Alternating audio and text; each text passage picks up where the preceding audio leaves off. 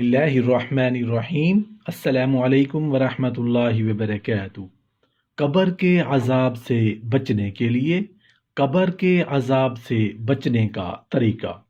علماء کرام فرماتے ہیں کہ ہر انسان رات کو سوتے وقت تھوڑی سی دیر اپنے نفس کا حساب لینے بیٹھ جائے اور دن بھر کی کمائی کا حساب لگائے کہ کیا کھویا اور کیا پایا، کتنے اللہ کے احکام پورے کیے اور کتنے احکام میں غفلت برتی، فائدہ ہوا یا نقصان، اور سچے دل سے گناہوں پر شرمندہ ہو کر اللہ تعالیٰ سے توبہ کرے اور پختہ ارادہ کر لے کہ اگر صبح تک زندہ رہا تو پھر گناہ نہیں کروں گا، اور اسی توبہ پر سو جائے۔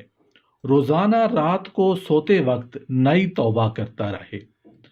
اگر رات میں فوت ہو گیا تو توبہ پر فوت ہوگا، اور اگر زندہ رہا تو نیک اعمال کے لیے خوشی خوشی کمر بستہ ہوگا۔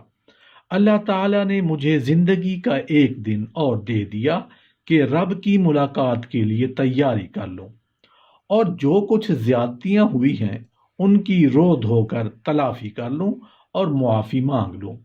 انسان کے لیے اس نیند سے بہت فائدہ مند کوئی عمل نہیں، خاص کر جب کہ اس کے بعد اللہ تعالیٰ کا ذکر ہو اور ان دعاؤں کو استعمال میں رکھا جائے جو سوتے وقت رحمت للعالمین صلی اللہ علیہ وآلہ وسلم سے ثابت ہیں، اور انہی کو پڑھتے پڑھتے نیند آ جائے۔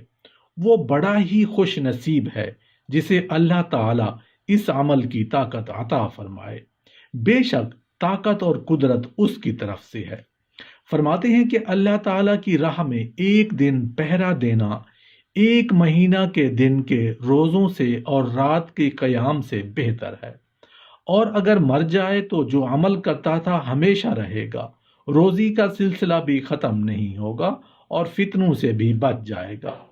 ہر مرنے والے کے اعمال ختم ہو جاتے ہیں سوائے اس کے جو اللہ تعالیٰ کی راہ میں پہرا دیتے ہوئے مر جائے، اس کا عمل قیامت تک جاری رہتا ہے اور وہ قبر کے عذاب سے محفوظ رہتا ہے۔ حضرت ابن عباس رضی اللہ عنہ کا بیان ہے کہ ایک صحابی نے لا علمی میں ایک قبر پر خیمہ لگا لیا۔ اندر سے سورہ ملک پڑھنے کی آواز آئی۔ قبر والے نے اول سے آخر تک اس سورت کی تلاوت کی۔ آپ نے رحمت للعالمین صلی اللہ علیہ وآلہ وسلم کے پاس آ کر یہ واقعہ بیان فرمایا یہ سورت عذاب قبر روکنے والی ہے اور اس سے نجات دینے والی ہے۔ حضرت ابن عباس رضی اللہ عنہ نے ایک شخص سے فرمایا، کیا میں تمہیں بطور تحفے کے ایک حدیث نہ سناؤں؟ تم اسے سن کر خوش ہوگے۔ وہ شخص بولا، ضرور سنائیے۔ فرمایا، سورہ ملک پڑھا کرو، اسے تم یاد بھی کر لو اور اپنے بیوی بچوں کو بھی یاد کرا دو، اور اپنے گھر والوں اور پڑوس کے بچوں کو بھی یاد کرا دو، کیونکہ یہ نجات دینے والی اور جھگڑنے والی ہے۔ یہ قیامت کے دن اپنے پڑھنے والے کے لیے رب سے جھگڑے گی۔ اگر وہ جہنم میں ہوگا تو رب سے درخواست کرے گی کہ آپ اسے جہنم کے عذاب سے بچا دیں۔ اللہ تعالیٰ اس کی وجہ سے عذاب قبر سے بچا کر رکھتا ہے۔ رحمت للعالمین صلی اللہ علیہ وآلہ وسلم نے فرمایا، میری خواہش ہے کہ سورہ ملک میری امت کے ہر فرد کو یاد ہو۔ یہ صحیح حدیث ہے کہ رحمت للعالمین صلی اللہ علیہ وآلہ وسلم نے فرمایا، 30 آیت والی سورت یعنی سورہ ملک نے اپنے پڑھنے والے کی اس حد تک سفارش کی کہ اللہ تعالیٰ نے اسے بخش دیا۔ جو پیٹ کے مرض کی وجہ سے مر جائے گا شہید ہوگا، قبر کے عذاب سے بچا لیا جائے گا اور اس کے لیے صبح شام جنت سے رزق آتا رہے گا۔ عبداللہ بن یشکر سے روایت ہے کہ میں سلیمان بن زردار خالد بن عرفہ کے پاس بیٹھا ہوا تھا۔ لوگوں نے بیان کیا کہ ایک شخص پیٹ کی بیماری کی وجہ سے وفات پا گیا ہے۔ ان دونوں کی خواہش ہوئی کہ اس کے جنازے میں شریک ہوں۔ ایک نے کہا، کیا اللہ کے رسول صلی اللہ علیہ وآلہ وسلم نے یہ نہیں فرمایا کہ جو پیٹ کی بیماری کی وجہ سے فوت ہوگا اسے عذاب قبر نہیں ہوگا؟ جو مسلمان جمعہ کے روز یا جمعہ کی رات کو فوت ہوگا اللہ تعالیٰ اسے قبر کے فتنہ سے بچا لے گا۔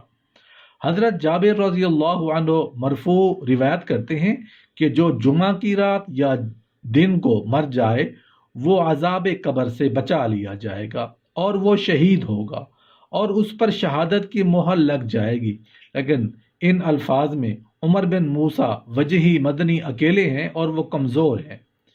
یہ جو آپ نے فرمایا کہ اس کے سر پر تلوار کی چمک فتنہ قبر سے کافی ہوگی، اس کا مطلب یہ ہے کہ اس کے سر پر تلوار کی چمک سے اس کے نفاق اور ایمان کی آزمائش ہو چکی، اس لیے وہ میدان جنگ سے بھاگا نہیں۔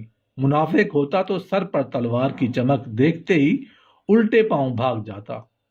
پتہ چلا کہ اس میں ایمان ہے اور ایمان ہی نے اسے اللہ کے لیے اس جانی قربانی پر راضی کیا ہے اور اس کے دل میں اللہ تعالیٰ ہی کے لیے غصہ